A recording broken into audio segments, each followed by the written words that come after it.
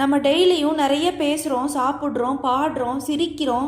இந்த மாதிரி நிறைய டாஸ்க்கை நம்மளோட பல்லையும் நாக்கையும் யூஸ் பண்ணி பண்ணுறோம். ஆனால் என்னைக்காச்சும் ஒரு நாள் திடீர்னு எதிர்பாராத விதமாக நம்மளோட நாக்கை கடிச்சுப்போம். இது எதனாலன்னு உங்களுக்கு தெரியுமா? பெரும்பாலான நேரங்களில் நம்ம சாப்பிடும்போது அப்படி இல்லைன்னா பேசும்போது நம்ம நாக்கு நம்ம வாய்க்குள்ள அதிகமாக சுழண்டுட்டே இருக்கும். அன்பார்ச்சுனேட்டாக எப்பவாவது ஒரு டைம் நம்மளோட நாக்கை கடிச்சுப்போம். நார்மலாக நம்ம மூளையும் நம்மளோட தாடை தசைகளும் ரொம்பவும் கவனமாக இணைந்து செயல்படுது. நம்மளோட நாக்கு நம்மளோட வாய்க்குள்ள எந்த பகுதியில இருக்கு அப்படின்றத மூளை கரெக்டா தெரிஞ்சு வச்சுக்கும். மேலும் பற்கள் அதை காயப்படுத்தாமலும் பார்த்துக்கொள்ளும். நம்மளோட நாக்கு இப்ப எங்க இருக்குன்றத பொறுத்து நம்மளோட தாடை அசையலாமா இல்ல வேணாமா அப்படின்ற சிக்னலை மூளை தாடைக்கு கொடுக்கும். சில நேரங்கள்ல நம்ம ரொம்ப வேகமா சாப்பிடுவோம், சில நேரங்கள்ல சாப்பிட்டுக்கிட்டே கூட பேசுவோம், சில நேரங்கள்ல முழுமையா அதுல கவனம் செலுத்தாம இருப்போம். இந்த மாதிரி டைம்ல தான் பிரெயின் கிட்ட இருந்து வர சிக்னல் கொஞ்சம் டிலே ஆகும். இந்த மாதிரி டிலே ஆகுறதுனால சிக்னல் போறதுக்கு முன்னாடியே நாக்கு பற்களுக்கு இடையில மாட்டிக்குது. இதனாலதான் நமக்கு காயம் ஏற்படுது. சம்டைம்ஸ் காயமான இடத்துல கூட திரும்ப திரும்ப கடிச்சுக்கிறதுக்கு வாய்ப்பு இருக்கு. இது எதனாலனா ஒரு வாட்டி காயம் பட்டதுக்கு அப்புறம் அந்த இடம் கொஞ்சம் வீக்கமா இருக்கும். அந்த வீங்கிய பகுதி கொஞ்சம் வெளிப்பக்கமா வந்திருக்கும். அதனாலதான் அதுல அடிக்கடி மோதிர வாய்ப்பு ஏற்படுது. இந்த அனுபவம் உங்களுக்கும் இருந்ததுன்னா இந்த வீடியோக்கு ஒரு லைக் போடுங்க.